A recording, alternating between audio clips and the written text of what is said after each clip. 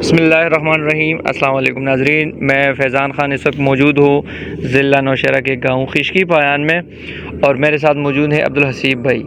इन्होंने ग्रीन गुड़ की जैस्मिन भिंडी लगवाई है, तो आइए इनसे पूछते हैं इसके हवाले से। अस्सलाम वालेकुम अब्दुल हसीब भाई, कैसे? ठीक है, अल्लाह का करम। अच्छा अब्दुल हसीब भाई, ये वैरायटी आप कितने सालों से लगवा रहे हैं? ये 3 साल से लगवा रही हूँ। 3 साल से लगवा रहे हैं, माशाल्लाह।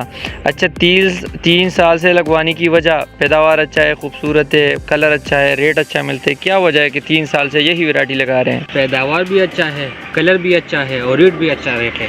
अच्छा, रेट भी अच्छा है, मतलब मंडी में महंगा बिकता है। महंगा भी बिकता है। अच्छा, और ये छोटी सी जो एरिया आपने लगवाई है 2-3 कनाल, इससे कितना पैदावार मिलता है?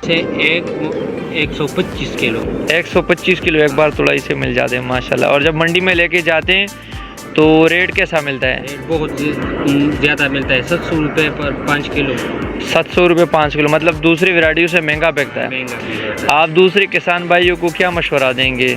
मैं ये मशवरा दूँगा कि ये जैस्मिन भिंडी नहीं है, ये लगो, ये इसका पैदावार भी अच्छा है और मुनाफा भी अच्छा देता है।